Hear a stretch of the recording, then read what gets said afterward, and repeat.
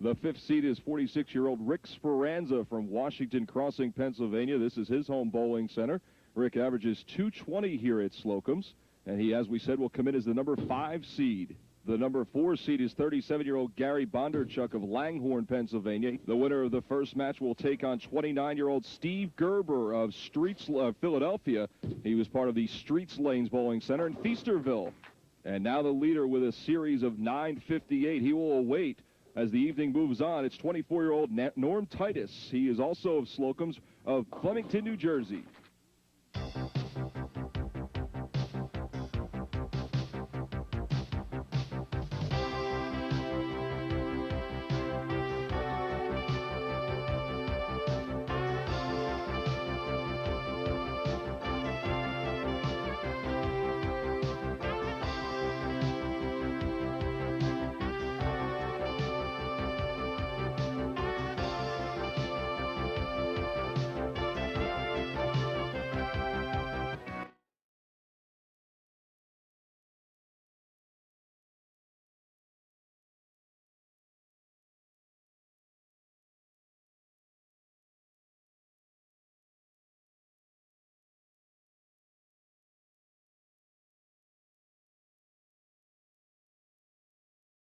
Don't get carried away, darling. It's just a song. The music of George Strait, brought to you by Bud Light.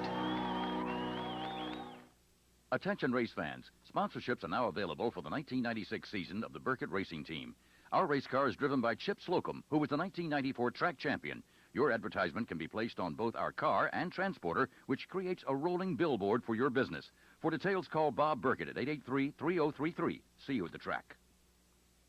Welcome back to Slocum's Bowl-O-Drome as we get set for the final round of the Bud Light Kings Challenge. We've got the final 5 bowlers out of 39 vying for a final prize of $800. The first participant, the number 4 seed, Gary Bondarchuk, the left-hander from Langhorne, Pennsylvania. And his first ball is a strike and a nice shot itself. And joining me is Jim Bergevin, who's one of the coordinators of this tournament. And right there off the bat, Gary gets started on a good foot, Jim. Number 5 seed, Rick Speranza, 46 years old, from Washington Crossing, Pennsylvania, another southpaw. And his first ball leaves 2 pins standing. Yeah, he really didn't get much on that ball. You know, it's interesting. We talked before about the southpaws in this tournament. There are 3 in this final round. Yeah, usually when we hold a tournament, you know, such as this, we usually see 1 or 2. And Gary's usually one of them, but 3 is the most we've had so far. And Rick was able to pick up 1 more pin, and I guess in a shot like that, he's got to go for at least the 1 just to get the point total. Yeah, really, it's early in the match, so an open frame really doesn't hurt him that much right off the bat. He's still got a lot of time to make it up. So he'll begin again with his second frame. Gary Bondarchuk has already thrown his first. It was a strike to start off the first round of the final round of the Bud Light Kings Challenge. And the second ball by Rick Speranza, a good one, just 1 pin remaining in the left corner. Yeah, that was a real tap for Rick there today. Lefty's 7-pin tap. We call that. He's real good, a lot better ball he threw than the first frame. And this should be a fairly easy spare for Rick to pick up. Rick and Gary both out of Slocum's Bowl-O-Drome. 2 of 3 local products participating in this final round, and he's able to pick up the final pin. So he closes out the second frame in good fashion. And now Gary Bondarchuk, who rolled a strike his first time up, will get his second opportunity. Bondarchuk, 37 years old. As we said, 1 of 3 lefties in the final, and his second ball is a strike. So he's off the bat in strong fashion. Yes, he is. Now we talk about power and quickness, and Gary certainly does have the power. Yes, he does. Yeah, he's, like I say, he's pretty much a down-in player, but yeah, he can hook it when he has to. He can throw it dead straight when he has to. So he's got a lot in his arsenal to choose from. And his third ball, taking a spin toward the head pin, and 2 pins will remain standing. Seemed to be stuck a little bit at the line there. It caused him to pull the ball inside his target, leaving the 4-7. Well, it looked like he didn't get the proper arrow that he wanted to as he delivered the ball. Yep. But again, this should be a fairly easy spare for Gary to pick up. He's on top very early with a 28 in the first frame. That's because of those 2 Ooh. strikes. Ooh. And he was only able to get 1 extra pin. Yeah, That that's the 10 an pin. unusual mistake for Gary to make. So Rick Speranza will step up again. Don't forget, ladies and gentlemen, this is a match play. The winner of this round will go on to face the 3rd seed. That's Steve Gerber. That will be immediately after this one. Everybody vying for a spot against the number 1 seed, Norm Titus. And the 3rd ball by Speranza. He comes back with a very impressive strike, and that should boost his confidence and also his score as he moves along. Yes. He has a 29 through 2 frames. Let's take a look at Rick Speranza's strike again, and it looks like he has shown the power, Jim, that you mentioned earlier, picking up some speed on the ball, good rotation. Yes, he's getting a little bit more lift on the ball, which he's also using a resin ball, which helps kick the pins around a little bit down the pit area. And now his 4th ball, but he got a little too much of the head pin and left 1 standing. Yes, yeah, Rick left the 6 pin there. That's it's usually a sign that he went high on the head pin for lefties when they leave the 6 pin. Both bowlers are very comparable as far as their average goes. Rick Speranza averaging 220 here at Slocum's. Meanwhile, Gary Bondarchuk averaging a 230 here at Slocum's. And Speranza's is able to pick up the spare to close out the 4th frame. And now Gary Bondarchuk, who's riding a 56 through 3 frames, will get an opportunity. Speranza has a 49 through 3 frames, and he's riding a spare. Bondarchuk's 4th ball looking pretty good, and there's another strike. That's 3 now for Gary Bondarchuk. Yeah, it seems Gary's really lined up now. He is a member of the Pro Bowlers Tour, so he has a bit of advantage over Rick. With that, Rick is generally just a regular league bowler, so Gary's used to bowling under pressure here, and once he gets lined up, he's real tough to beat. And these are 2 veterans in the group. Rick Speranza has been bowling for 35 years. Gary Bondarchuk has been bowling for 30 years.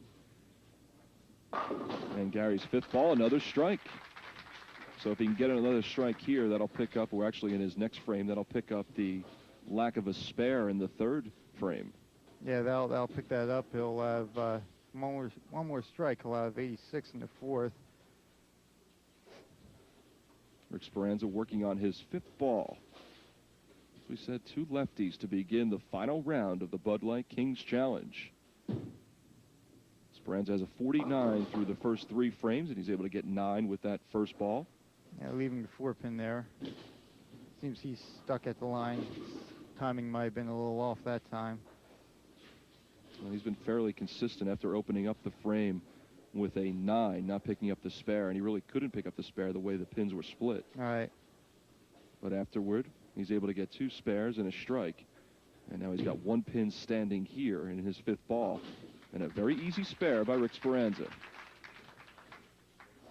So as we said, he continues to remain consistent over the last 4 frames. Yeah, really, that'll be the key for Rick, if he can stay consistent and nudge through this first match, because this is the first time for him bowling in an environment such as this with the TV cameras on. He'll be a little nervous. So once he can get settled down, he'll show some good stuff. And now his 6th ball. Nice inside tuck, and another he's able good to hit and another 7-pin tap.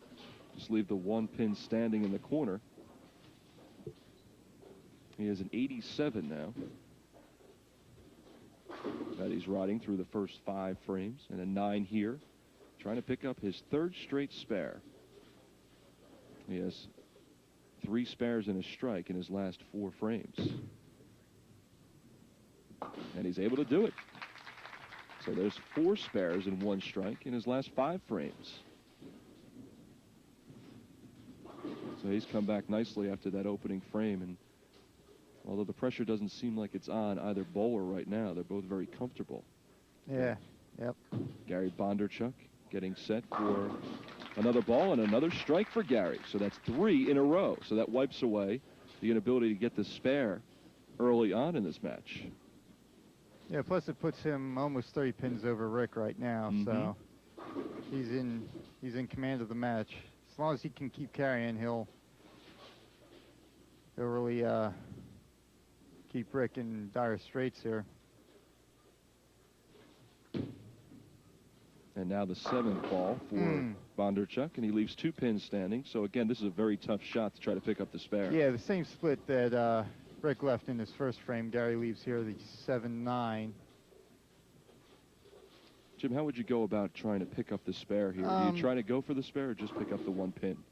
Basically, Gary's probably going to go for just 1 pin, but if he were to try to pick it up, he'd do it almost like that. He'd have to get the ball to the right of the 9 pin and try to slide it over into the 7 pin. Never try to go get that corner one because you can always, or you're always susceptible to putting it into the gutter. Yes. So now Speranza will get another opportunity with his 7th ball of the match. A 142 for Gary Bondarchuk through 7 frames. That also opens the door up for Rick, too. If he can start striking now, he can bring himself right back into the match. Rick Speranza looking to get the head pin a little too much again. He leaves 1 pin standing. He has a 106 through the first 6 frames. That's 17 pins, or excuse me, 27 pins below what Gary Bondarchuk had through the first 6 frames. But he's riding a 9 here, trying to pick up the spare. Should be an easy one for Rick. It's almost the same setup that he's had all evening long. Yeah, either a 4 pin or a 7 pin, so. Now he's able to get the spare again as he moves over to the number 3 lane from the number 4 lane. As we said, coming up right after this one, the winner will take on Steve Gerber.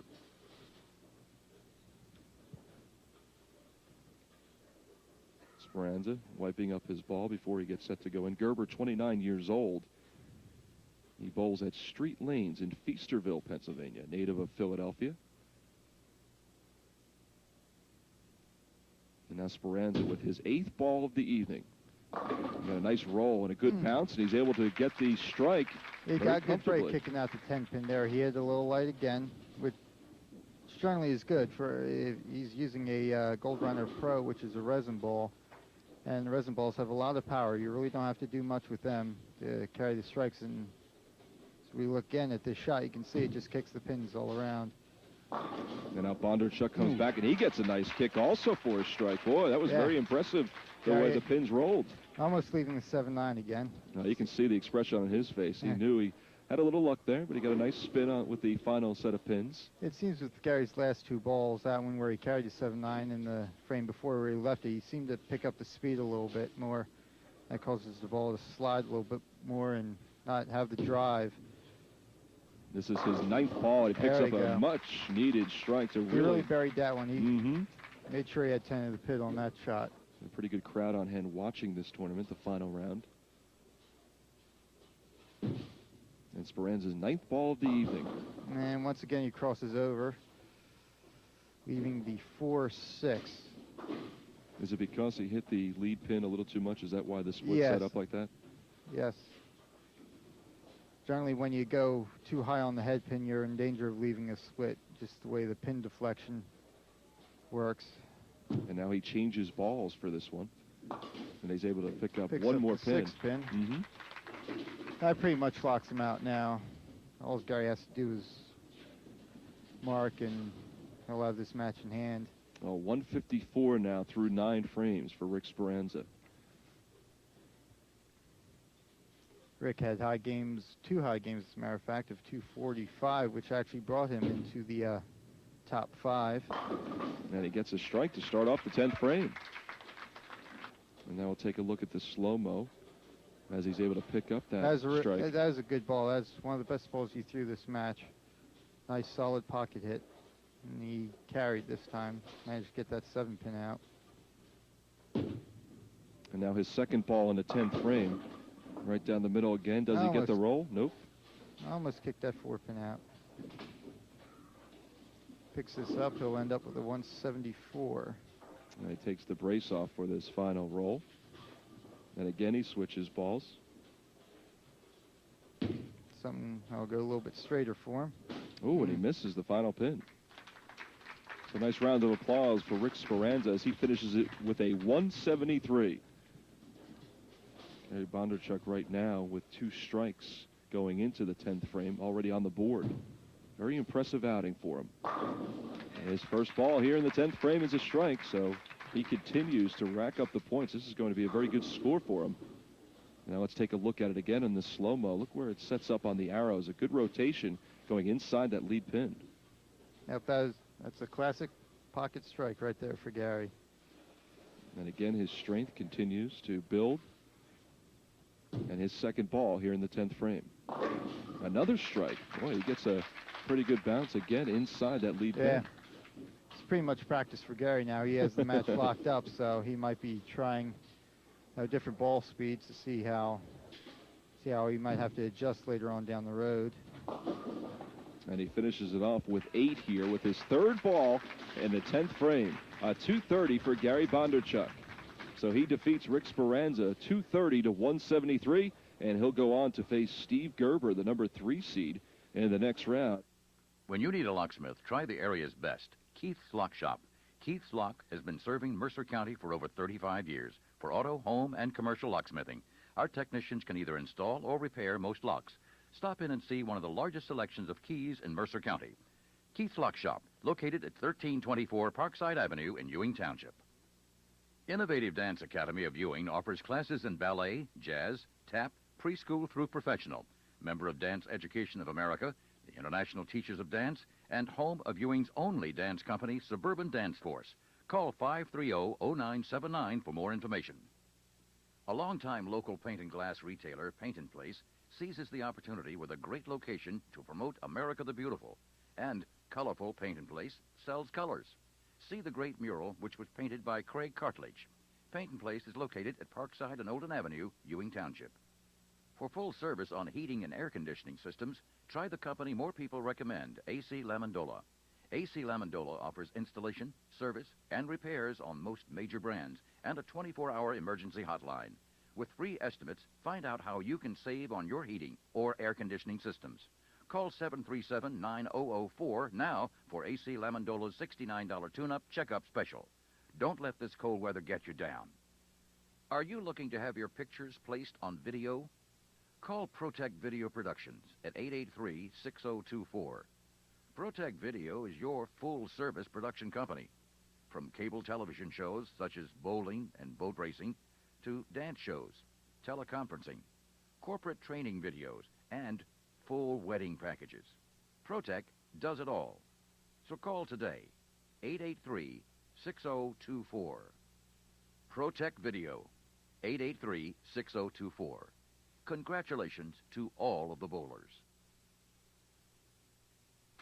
Welcome back to Slocum's Bowl-O-Drome as we get set for round 2. You see the participants, Gary Bondarchuk in the purple golf shirt. He's opposed by Steve Gerber in this second round. Gerber is the number 3 seed, came in with a 943 series last night, and the right-hander will begin with his first ball of the match. A lot of power with these two, and he gets 8 on his first ball, so we'll try to pick up the spare. I am joined by Jim Bergevin, one of the coordinators for this tournament, which had 39 participants when it all started yesterday, and now it's down to just 4.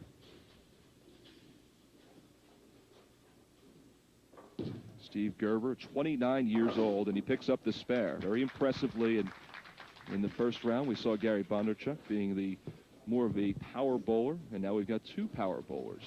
Yeah, Gary really, he's the most powerful of the left-handers we have in the field today, and as we can see, Steve is the most powerful bowler out of all 5 in the field tonight.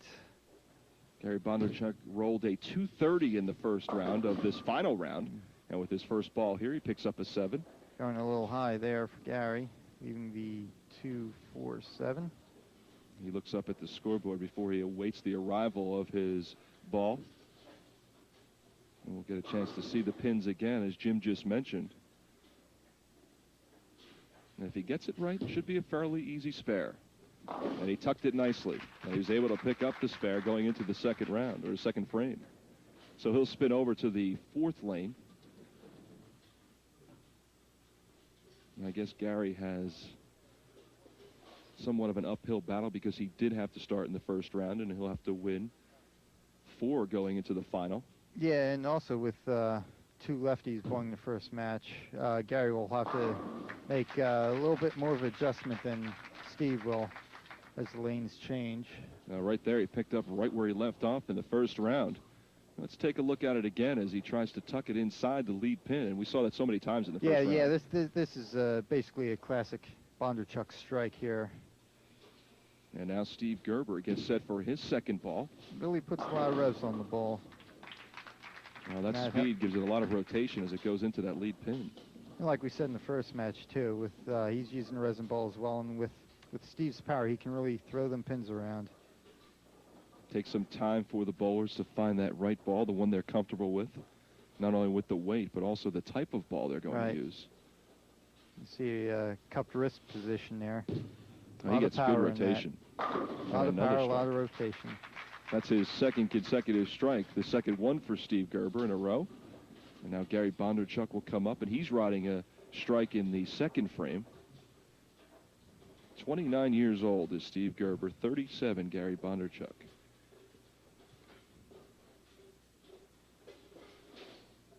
The loser here is guaranteed $150. Bondarchuk's ball rolls inside, and he leaves one pin standing in the far corner. Almost left the 810. Oh, he was fortunate he was able to get this. We saw in the first round that a lot of his balls, he was able to get a pretty good knock on the pins when they fell down onto the lane and rolled. Yeah, that time his ball didn't quite make it up to the pocket. As he angles toward the corner, trying to pick up the spare, he gets it very easily. So a spare for Gary, and he now has a 40 through the first two frames, and riding a spare in the third frame, and he gets set for his fourth ball of this second round. We saw earlier that Al Nixon, who is the opponent in the next round, was loosening up in the far corner of the lanes, as was Norm Titus, who is the #1 seed. Oh, good ball by Gary Bondarchuk with this fourth frame. So he now has a 60 through the first three frames, and he's riding a strike. Now let's take a look at it again, and this is so similar to what we saw before. Actually got a little more of the lead pin than he had before, but he was able to get the strike with his strength. Now Steve Gerber in the fourth frame. That's 3 strikes in a row for Steve Gerber. Yeah, Gary's under a little bit more pressure now. Steve's putting pressure on him early, unlike Rick did in the first match. As we said, the home bowling center for Steve Gerber is Street Lanes in Feasterville, Pennsylvania. At Street Lanes, he averages 231. Here at Slocum's, he's averaged a 200. And now his fifth ball of the evening, and he leaves 2 pins. Coming up a little bit light, leaving the 2-8. Steve averaged 235 in qualifying to make it to the top 5. Had a high game of 256. Yeah, and got Steve cleared Gerber out, so we can watch Steve pick up a spare. With that power, he uses a different ball, and he's able to pick up the spare to close out this fifth frame. Yeah, with power players like Steve, you'll see a lot of them switching balls for their spares, something that goes a little bit straighter. They throw a little bit harder at their spares. So all you have to do is touch them. Take a look at the scoreboard. A 98 for Steve Gerber through 4, and he has a spare in the fifth frame. Gary Bondarchuk getting set for his fifth ball this second round. Gary going high again. And again, he leaves the 2. 7. Well, he leaves him in the corner, and this should be, as we said before, and I know we talked a little too soon in the first round, but it should be a fairly easy spare for him. Yeah, last time Gary left this in the first match, he chopped the 7 off the 4. He's going to set up with the third arrow and get the rotation away. This time he makes the adjustment and he picks them both up. That's a good ball. So he closes out his fifth frame with a spare. An 80 through 4 frames. And as he heads to the sixth frame, he has that spare. Yeah, still 18 pins behind Steve right now. Steve had a 98 through the first 4, and he has a spare in the fifth. Oh boy, big strike right there by Gary Bondarchuk. He came up big, and that is his third of the game. And yes, he has all 3 on that lane too. So it seems. And again, we look at it, and it's really the same as we saw earlier with his other 2. Yeah, it seems he's more comfortable on lane 4 right now than he is on lane 3. And now Steve Gerber with his sixth ball. Another strike. He had 100 going into the sixth frame, and he picks up that strike. It's amazing how you do see a difference in which side the bowlers will roll, which lane they'll use. It's like any sport. They'll be comfortable with Yes. one piece of equipment. Yeah, find what you're comfortable with and, work from there. And now the 7th ball for Steve Gerber. Another strike. To the back. See the pin action, you also see his strength. And now Gary Bondarchuk with the 7th ball. Going high again. This time leaving the 6, 8, 10. It's going to be a tough split for Gary to make. It's going to be interesting to see how he will work this. What do you think he'll do, Jim? He really has to go for it to keep himself in the match. So he's going to have to go for the 2 pins, the 6, 10, try to slide the 6 over into the 8. Gary, very accurate player. Just goes for the 2, though. Well, it didn't look like he tucked it inside to get the pin action that we talked about. So he has a 128 through 7 frames. Gary looking at the scoreboard now, figuring out what he needs. What he needs right now is a strike. He's up on his good lane. As we said earlier, he has the 3 strikes on this lane in the 2nd round. And he gets another one. That's 4. He's at home in the 4th lane. So Steve Gerber will step back up. He'll step up in the 4th lane. You look at the scores for Bondarchuk, a 128 through 7, riding his strike in the 8th. Steve Gerber looking for 3 strikes in a row for the 2nd time in this game. Good rotation, good power, and again he has it. With that strike, that'll put him 29 pins over Gary, going to the 6th. And we'll take a look at the replay once again as Gerber looked up to the scoreboard and then down. And you see the strength in this ball. It just shatters the pins into the back. He even hit a little light there. You can see the 10 pin was the last pin to go for righties. If that's the last pin you knock down, your ball usually tells you that your ball's coming up a little bit like, ooh. Well, this will be a tough one. There's a split. He gets the 8 pins, but he'll have to... Yeah, leaving a 7-10 there once again. As I mentioned, the last frame, his ball came in a little light. Once again, it came in light this time, but he didn't get any breaks. It's really a tough break. And he'll change balls here. He was using the blue ball for the start of the frame, and now he'll go to his green ball. What's the difference here, Jim? This one will go a little bit straighter. Maybe a Takes little out heavier. the 10 pin. Best chance he had was to bounce it out, but that really opens the door once again for Gary. If Gary can strike out, he'll end up with a 218. Oh, Steve Gerber will head into the 10th frame with a 204. Bondarchuk getting set for the 9th frame. And he hit that lead pin a little too much. Split. Yep. He's been high on that lane every time, so seems that lane changed a little bit more for him while we were gone than lane 4 did. He just couldn't get lined up on it. I think he was hoping to just get through with this lane and then get over to where he is comfortable in the 4th lane. Yes. Now let's see what he does here as he tries to go toward the corner, and he misses both pins. Yeah, that is a good way to go for it. He just... No, he took a chance that he needed to the right to. a little bit. Yeah, he needed to. Gary strikes out. He can end up with 184. All right, now through 9, he has a 154, and we look at it again as it skipped right through the corner near the gutter. Now Bondarchuk begins the 10th frame trying to close it out, and he leaves the pin right in the middle. 5-pin ball sliding a little bit too long. Didn't get quite enough drive on it, that ball there. So a 9 to begin the 10th frame. And he'll try to pick up a spare here to move on. And Steve Gerber has this match well in hand with a 204 going into the 10th. Bondarchuk, the southpaw, kicks off the 5-pin and gets a spare. And now he has 1 ball remaining to close out the 10th frame. Be nice if he can close it out with a strike here. He had such a good first round with a 230. Yes. Gary should be able to strike here. He's one of the most... There it is right there. A strike to close it out. Strikes. And he shakes hands with Steve Gerber, finishes it with a 174. Well, Steve can get a little bit of practice in now. He's won the match, so he can just stay loose right now. Took a look at the scoreboard right there real quick as Gerber's first ball in the 10th frame. He gets a good lean as that pin falls down, leaves just 1. He gets a 9 instead of an 8.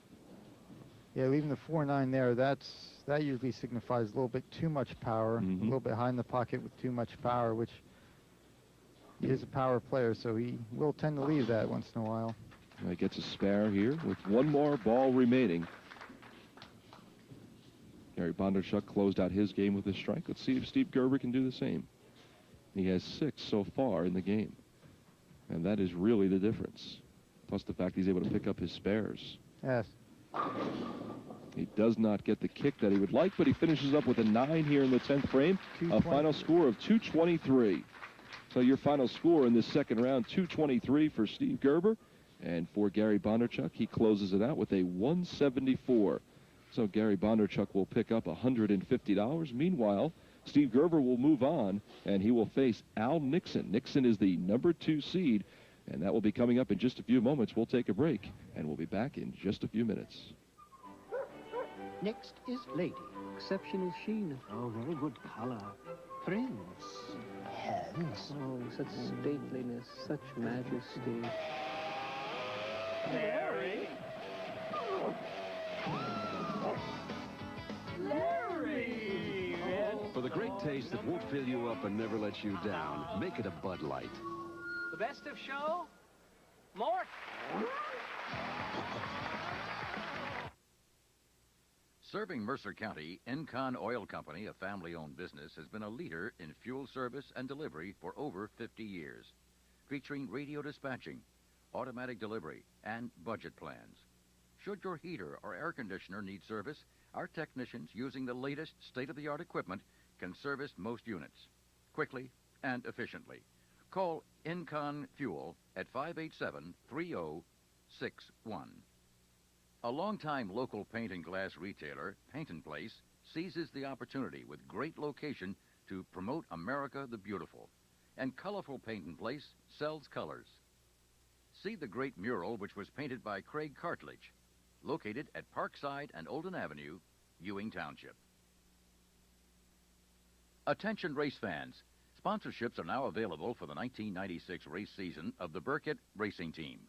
Our 27KC is driven by Chip Slocum, who was the 1994 track champion and was voted the most popular driver. Sponsorship packages are available starting at only $250. Your advertisement can be placed on both our car and transporter, thereby creating a rolling billboard for your business. East Windsor Speedway has over 80,000 spectators annually, and using Burkett Racing can generate a large area of exposure for your company. For details, call Bob Burkett at 883-3033.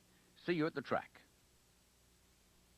And we headed to match number 3 of the Bud Light Kings Challenge, and it will be Steve Gerber, who won the second round as he defeated Gary Bondarchuk against Al Nixon. And Al Nixon, the number 2 seed, 24 years old. He's from Roebling, New Jersey.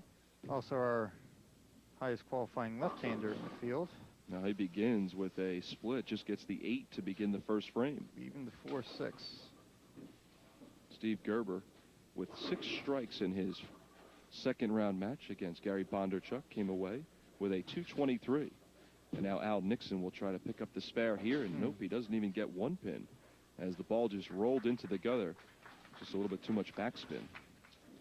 Al's going to be at a little disadvantage here. He doesn't bowl at Slocum's very often, usually just for tournaments such as this he comes in. So if Steve can keep striking like he did last match, Al's going to have an uphill battle. Well, there's a good comeback right there as he picks up a strike in the second frame. And it's now a good break with the crossover. And now it'll be Steve Gerber's turn. We saw Gary Bondarchuk enjoy a lot of success in that number 4 lane, the left-hander, and Al Nixon starts it off there with his first strike of the evening. Steve Gerber with a 223 in his second round match. A lot of power. He gets a good kick, and you see the excitement as he slaps his fist, picking up the strike to begin his second round. Using that power to... Let's take a look at the replay. Good rotation again, and we talk about the power as he tucks it inside. Yeah, we'll see the power, and that's what kicks the pins around to kick out what could have been a solid 9-pin tap. Boy, oh boy, look at that kick as that pin just knocked the other one down.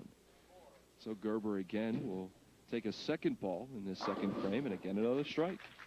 Well, we saw him in his second round match have 2 sets of 3 strikes in a row. And he, after the first match, he should be really loose now, used to the cameras being on him. That's what I was thinking also, is that his momentum and also his strength continues to pick up. Al Nixon picks up a 9 with his third ball of the evening. The 7-pin. Ball coming in just a little light. Al Nixon has rolled 4 300 games. His high series is a 795, and again, he hits the gutter as the ball kicks up and knocks the pin down. Yeah, we'll have to have a score correction. Let's watch it as it falls into the gutter and then kicks back up. And I guess we'll have to get a scoring decision on that one, Jim? Yeah, once the ball leaves the lane, as it did there, and goes in the gutter, it's considered a dead ball. So even if it pops out, as it did there, the pin does not count, so we'll have to have a score correction. Well, his fourth ball here, and not a good one as he leaves 4 pins standing, but it could be a fairly easy spare. And right now it's set up that the number 3 ball for Al Nixon is a spare, but as Jim said, we will get an official ruling on the scoring. And Al Another bad break for Al there. He's just not getting the kick that he would like. No. Seems he's really uncomfortable out there right now. Now Steve Gerber pauses for a moment as he looks up to the scoreboard, but I think this is going to probably be a situation which we'll have to rectify later on. So we take a look at Al Nixon's second ball, trying to pick up the spare.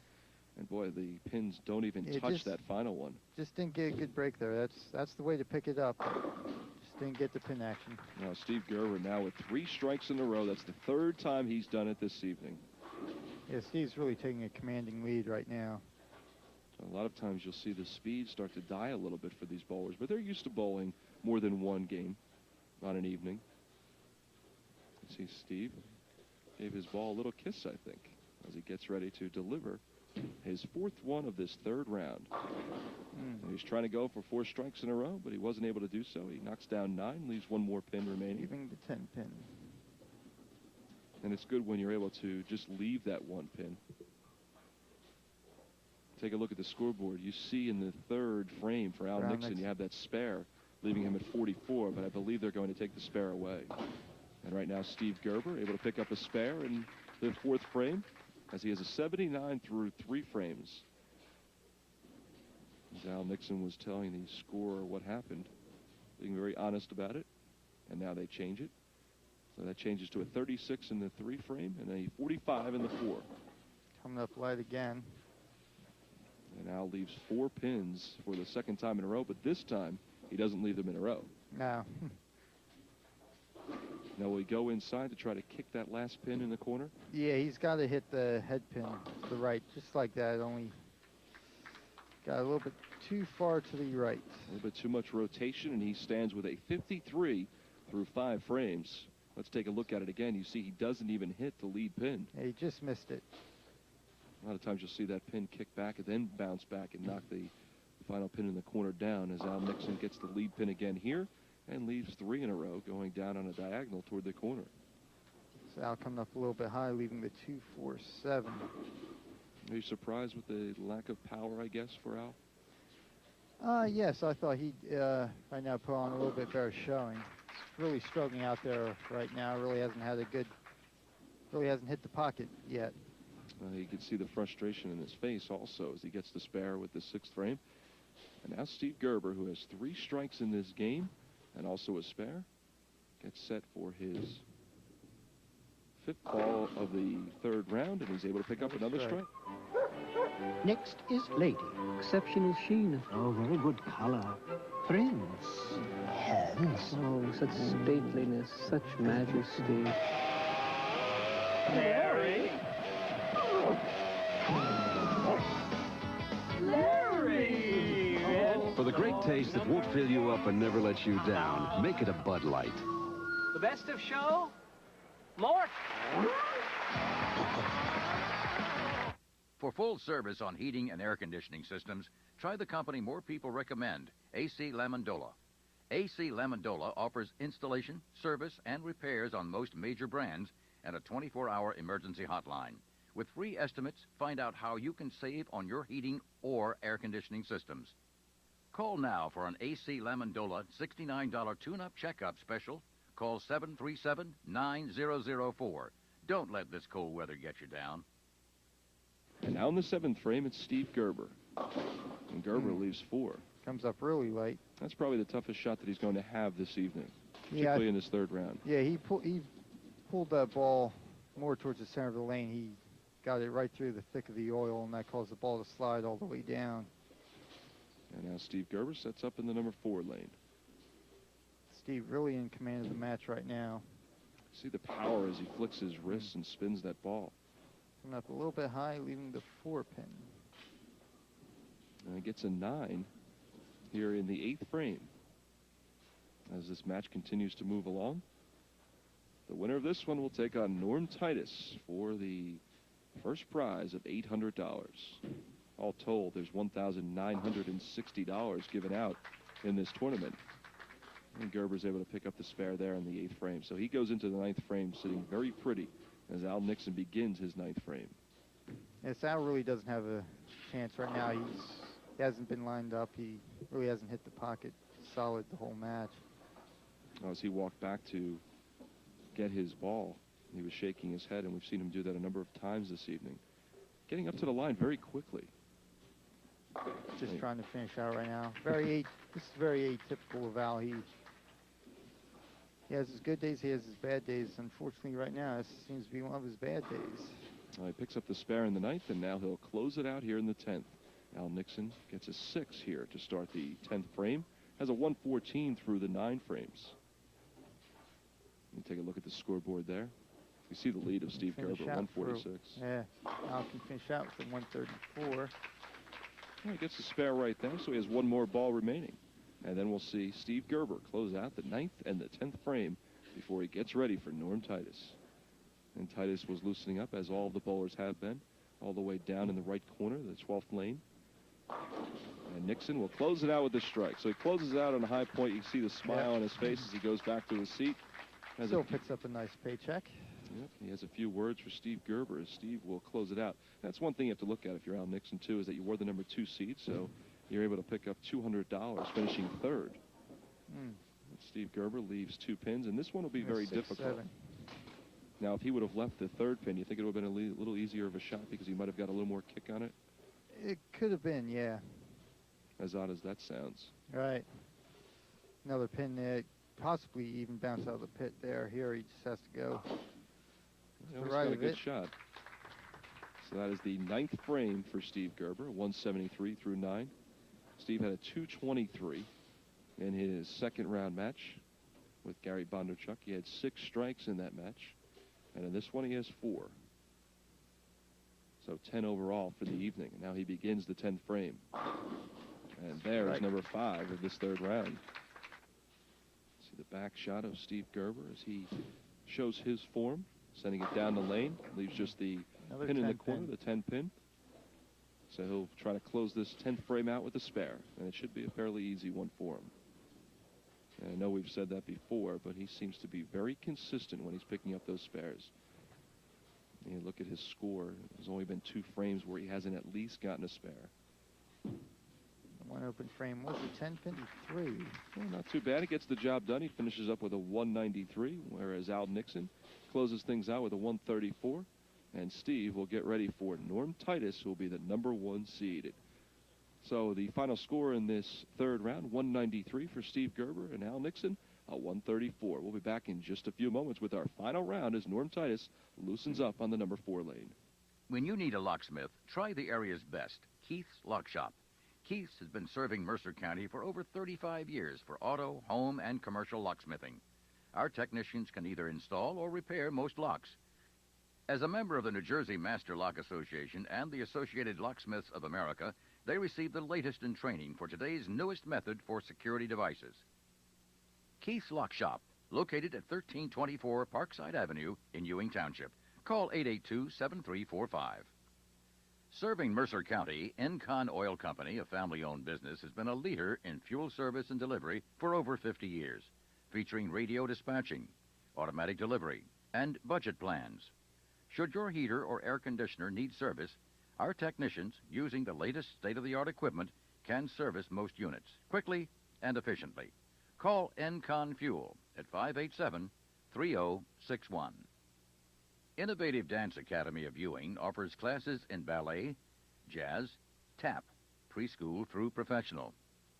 Member of Dance Educators of America, International Teachers of Dance, and home of Ewing's only dance company, Suburban Dance Force. Innovative Dance Academy, 23 Lexington Avenue, near IHOP in Ewing. Call 530-0979 for more information. And welcome back to Slocum's Bowl-O-Drome. Tom McCarthy along with Jim Bergevin as we get set for the final round of the Bud Light Kings Challenge. And there you are looking at Norm Titus, the #1 seed in this final round. This tournament began with 39 bowlers, and we're down to just 2. Steve Gerber, who has won 2 matches already this evening, against Norm Titus, bowling his first match of the evening. And his first ball is a good one, sets the tone with a strike. Norm, another power player like Steve is, who likes to see that ball hook, throw the pins around. Norm averaged 239 for the 4 games qualifying to take the lead spot. Also had the tournament's high game of 289. He seems very comfortable on his home lanes. He is from Slocum's, out of Flemington, New Jersey. Steve Gerber, as we said before, from Street Lanes in Feasterville, Pennsylvania. And the second ball for Norm Titus. He's riding a strike, and he gets another one. Kicks the pins around like we saw Steve do in the last 2 matches. You also see a very animated Norm Titus throughout this match. Yes, Norm's a bit of a character. As we said, 24 years old. He and Al Nixon, who participated earlier, are the youngest bowlers in this tournament. And Steve Gerber begins with a strike. So this is starting out to be a very interesting match. Yeah, the two Ruddies who qualified, bowling for the $800 top spot. As we see a replay of Steve's strike. Now you can patent that one because that's what we have seen all evening long. He had 6 strikes in his first match, 5 in his second one, and now he has 1 here. And now he has 2, and it just takes a second.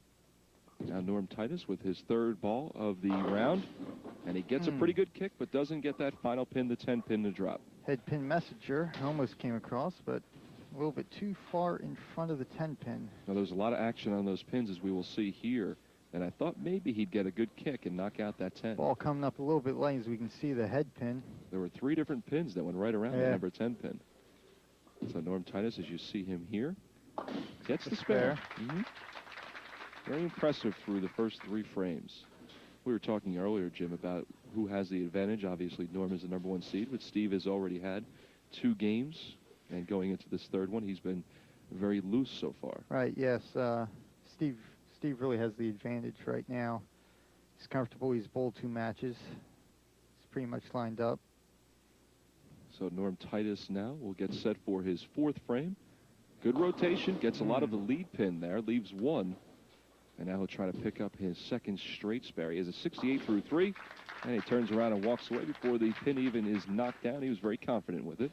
And Steve Gerber, who is riding 2 straight strikes, will get set for the 3rd frame. Well, so far this evening, we have seen Steve have 3 strikes in a row twice. And he's going for a 3rd. Just a little bit too much to lead pin, leaves 2 pins sitting in the right corner. Seems that lane 3 is really drying up now from all the action of the balls going down the lane, the oil being soaked up into the ball, so that lane seems to be hooking a little bit more than lane 4 right now. And that will change the style of the bowlers? Yeah, they'll have to start making adjustments on that lane. Ooh, he just barely got the lead pin. And a good bounce. 6 pin bouncing off the side wall to carry out the 10. He looks up at the scoreboard. You see the smile on his face. He knows. I loosened him up a little bit. He knows. He just barely got it. You see the scoreboard. You see Norm Titus with a 68 through 3 with the spare in the 4th. Right now, 1 pin match. Very close. This is probably the closest one we've seen so far. Just a little nudge on the 2 pin. Steve Gerber tried to give it a little body language also as the ball went through. Looked like the pin moved a little bit, rocked a little bit also. And now he goes to his green ball, trying to close out this 4th frame. That's a good ball. He gets the spare. Easily, yep. Yeah, it's a very close match. Keeps him 1 pin behind Norm right now. So Norm Titus will step up to the line heading into this 5th frame. Very strong, good form. We see the rotation. Good ball. Again, those were almost as good as the first 2 strikes he had to start out this game. Yes, once Norm gets lined up, he can strike with the best of them. Like Gary, who we saw in the earlier matches, he's been a member of the Pro Tour. Let's take a look at that slow-mo. And you do see the action and the strength in the ball. Perfect strike right there.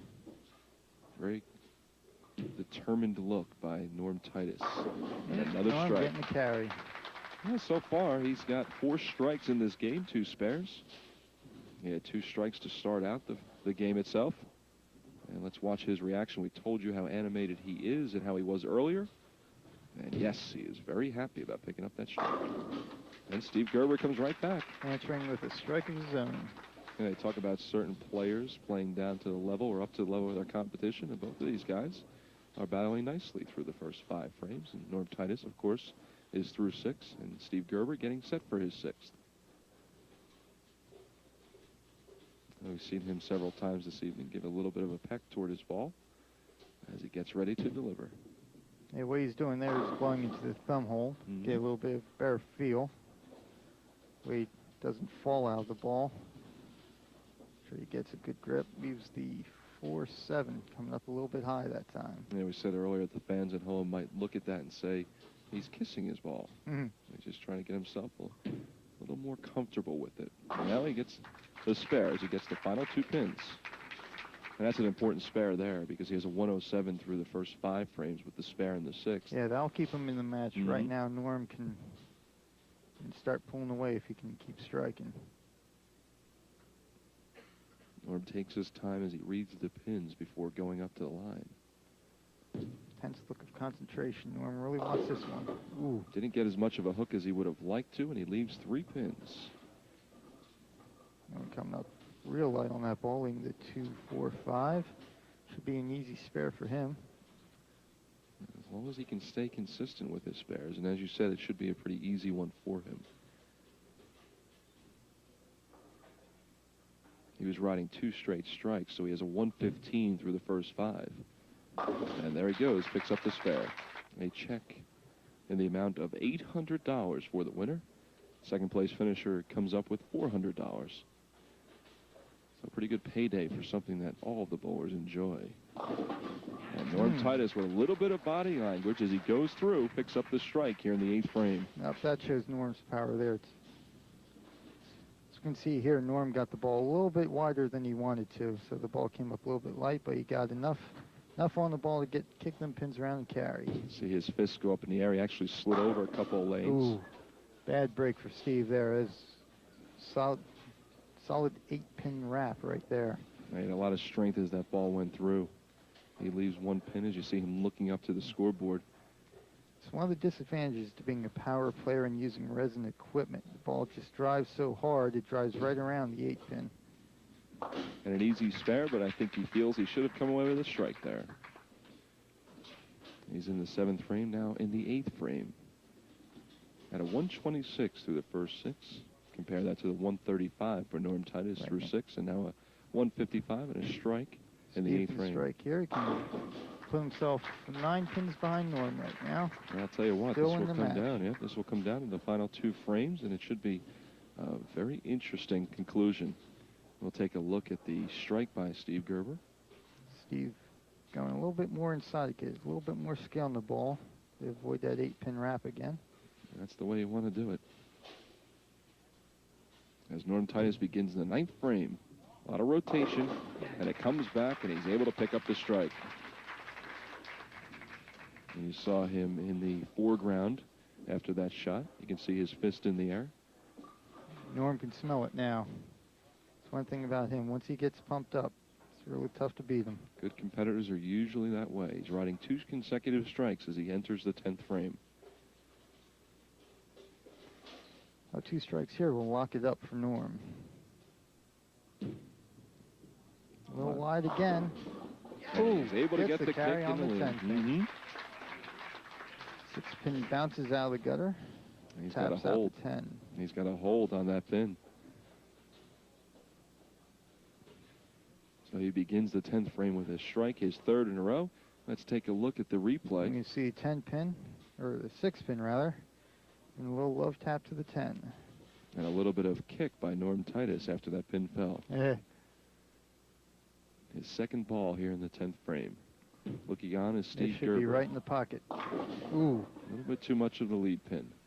And he leaves 1 standing. Being the 6-pin, Norm put a little bit too much on that ball. Wanted it so bad. Gave it a little bit too much, and that caused the ball to come up right through the nose. And very quickly he will close out this frame, and he picks up the spare. So Norm Titus, as he congratulates Steve Gerber, who's getting set to begin the 9th frame, finishes with a 234. That was an important ball for Norm there. If he had that strike, he could have closed out Steve. But as it is right now, if Steve strikes out, he can win the match by 2 pins. There's one. There's the first one.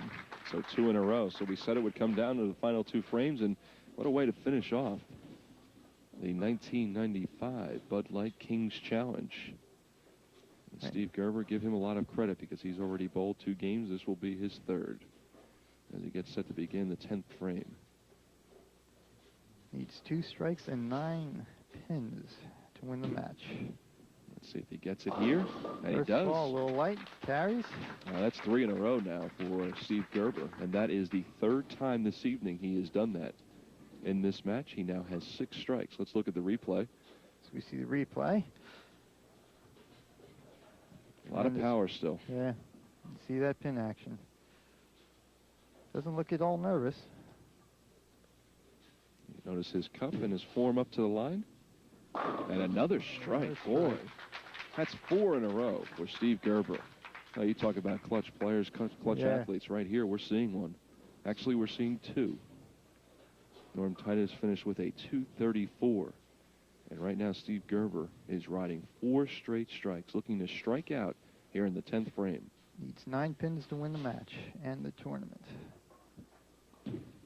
Let's Sets see it down. what goes here. Oh, comes gets up 6. a little bit light. Gives the 2, 4, 5, 7, and Norm comes away with the win. Now you look at the reaction of Steve Gerber, a 2-pin victory for Norm Titus, and boy, it really came down to the wire. Yeah, I think in he this knew final when round. I think he knew when he threw that last ball. He didn't throw it as well as he wanted to. Ball comes up real light.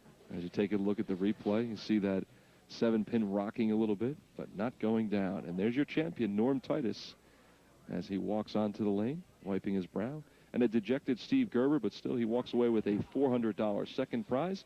Meanwhile, Norm Titus finishes with an $800 first prize. You look at the score, 234 for Norm Titus and 232 for Steve Gerber. Next is Lady. Exceptional sheen. Oh, very good color. Prince. Hands. Oh, such stateliness, such majesty. Larry! Larry! For the great taste that won't fill you up and never let you down, make it a Bud Light. The best of show? Mort! Bo Burkhead of Bud Light, Ritchie and Page beer distributor here in Trenton, distributing the check for $750 for Norm Titus. He's the champion in the Bud Light Kings Challenge. And, of course, Norm will also receive an additional $50. And that'll bring the first prize up to $800, Jim. You see Chip crowning Norm Titus. Big smile on Norm's face. Well-deserved. A fantastic final match as he defeated Steve Gerber 234 to 232.